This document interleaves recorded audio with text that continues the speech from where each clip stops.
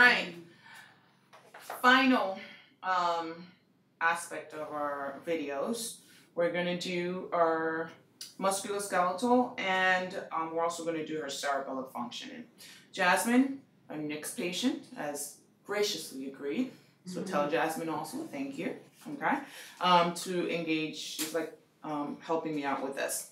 So when you're doing the musculoskeletal, when you move to the musculoskeletal, your patient will probably be laying down because you're just going to be transitioning from the abdominal exam, which is okay. If your patient's lying, I'm going to do it both laying and sitting so you can see the difference, okay? So if your patient's laying down, just going to lay down for me.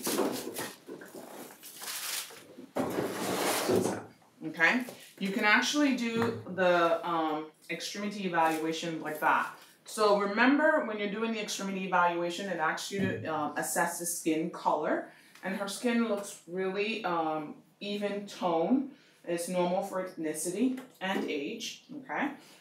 She doesn't have any discolorations or anything like that, okay?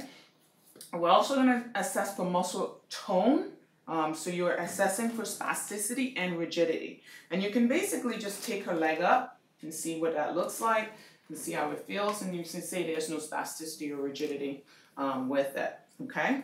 Now muscle strength. There are several ways that you can do it. You can do it laying down or sitting up. For the lower extremities, you can do it laying down, okay? So I'm going to ask you to just lift your leg up for me. Keep it up. I'm going to try and push it down. Don't let me. Good. Keep it straight. Lift it up. Don't let me bend it. Don't let me bend it. Okay, now bend it. Don't let me straighten it. Okay, you can put it down. Same thing here. Lift it up. Don't let me push it down. Keep it straight. Don't let me bend it. Bend it. Don't let me straighten it. Okay, you can put it down. And that's checking through most of the muscle groups. Now you're going to take your feet and push them back to you. Push them back to you. Good. Now you're going to take them and push them down on my hands. Good. All right. So all muscle strength is intact in her lower extremities. I have her down, so I'm going to actually do her pulses. Okay. I'm going to check her dorsalis pedis. Okay. And you want to hold them for a few seconds. And then the posterior tibials. And you're going to hold those for a few seconds also. Okay. Now we can do it with her sitting up. Okay.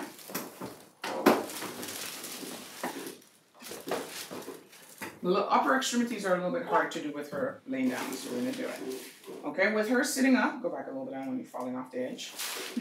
All right, so with her sitting up, I'm going to tell her, push your hand up against my, your knee up against my hand. Good. Push your knee up against my hand. Good. Push out. Or you can just stand in front and tell her to do it both. Push out. Okay, pull back. Good. Push up. Good. Push down. Good. All right. And so you can do that way, all right? And when you're touching feet, you're going to have to make sure you have your alcohol there, okay? And I've already demonstrated how you do your pulses. So that's lower extremity muscle strength. Now, upper extremities, I'm going to ask her to pull your arms like this, okay? Make a bicep curl. Don't let me pull them down. Don't let me pull them down. Take your elbows and put them up. Don't let me push them down. Pull towards you like this. Don't let me pull them out. Good. Grab a hold of my fingers and squeeze. Beautiful. Now I've done upper extremity strength and lower extremity strength. I'm just going to check the radial pulses. We're good. All right. Now I'm going to do the reflex. I'm going to check her reflexes. Now you're checking the reflexes on both. Oh, I forgot to say. On muscle strength, you're going to grade them. You're going to say muscle strength is 5 out of 5 through all extremities. Okay. All extremities and all muscle groups. You don't want to say she's strong. That doesn't mean anything. Muscle strength, 5 out of 5 through all muscle groups and all extremities. Okay? Now, reflexes. You're going to grade your reflexes 2+ to 4+. 2+ is normal. 1+ is a little bit hypo. 0 is flaccid. And then 4+ is hyperreflexic. When you're checking your reflexes, you want to feel for the tendon. That's what you're hitting, okay? So I'm going to hit the patella tendon for the knee jerk.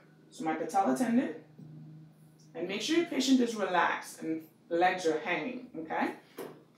Patella tendon, okay? That's all you need to see is a little jerk. Now, let's say I had a patient who's really like rigid and not relaxing. I'm going to tell her, and I'm doing that, it's not working, and I don't want you to freak out, because on tests we tend to freak out. So instead of freaking out, just tell your patient, hold your hands together like this for me, okay? Hold them up, okay? And when I tell you to, I need you to pull. Pull for me. See how much more? Pull for me. See how much more she went? Okay? Because now she's not focusing on me doing that. Okay? All right. So if you get that patient who's not behaving well, you just have to distract them. Now for your upper extremities, you want to look for your biceps. I'm going to pull her gown up. Okay? So I'm going to get her bicep reflex. I'm going to find the bicep tendon. I don't want you to hold on to me because I want you to relax. So you find the bicep tendon. When you find the bicep tendon, you're going to put your thumb on it, and you're going to use the tip of the reflex hammer to strike your thumb. And all you need to see is that muscle contract. You do not need to see her hand go like this. That does not mean anything. Okay? So that muscle contract, that's all you need to see. And if you see it, you can see it shorten. Okay? Then break your radialis. Let her lay her hand on you. Okay? And then you find the brachioradialis tendon, and then you're going to strike it. And if you notice, you'll see your hand move over there. Okay? All right? And then for the tricep tendon, this one usually is a little harder because people don't allow you to hold their hand. They want to hold it for you, but you're going to try and get them to relax as much as possible. Tell them to count to 10 or something. And if you tell them to count to 10, they concentrate and count into 10, and you're going to use a tip for this one. Okay? And then you see it there. Now, if this moves, fantastic. If it doesn't, all you need to see is shortening of the tricep muscle. Okay, you do not need to have this in order to know that you elicit that reflex. So you just relax for me. Count to 10. Count to 10. There we go. All right, and if you see it, nice shortens right there. All right, and you're going to do that on both hands. Okay, and those are the reflexes. Now we're going to move to cerebellar testing. Cerebellar testing is testing for ataxia. There are several things you're going to have to do. On your exam, you only have to do one form of cerebellar testing and the rumber. Okay? So you're going to do one form of cerebellar testing, which can do finger to nose to finger. So you're going to tell the patient, touch my finger, touch your nose, and then touch my finger again. Touch my finger again. And you're going to move your finger in various places so that they can get there. Okay? And you want to try the other hand really quick. Touch my finger, touch your nose, touch my finger. That's the finger to nose. Or you can do rapid alternating movements. So you're going to tell the patient, hold your hands like this, and I want you to go fast forward, fast backward. Fast forward, fast backward. Fast forward, fast backward. Okay? If they have ataxia, when they're doing it, they're going to go up against themselves. Okay? So fast forward, fast backward. Okay?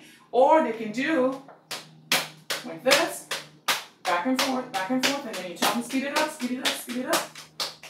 And they should be able to do that. Okay? Your patty cake.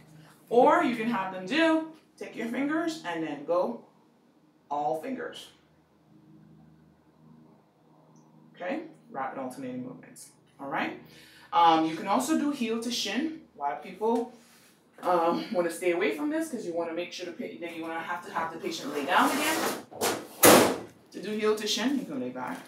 And heel to shin is taking the heel, putting it on the top of the foot, and pulling it back towards the knee, pushing it back down again, up again one more time, back down again. You can do the other foot, up and down.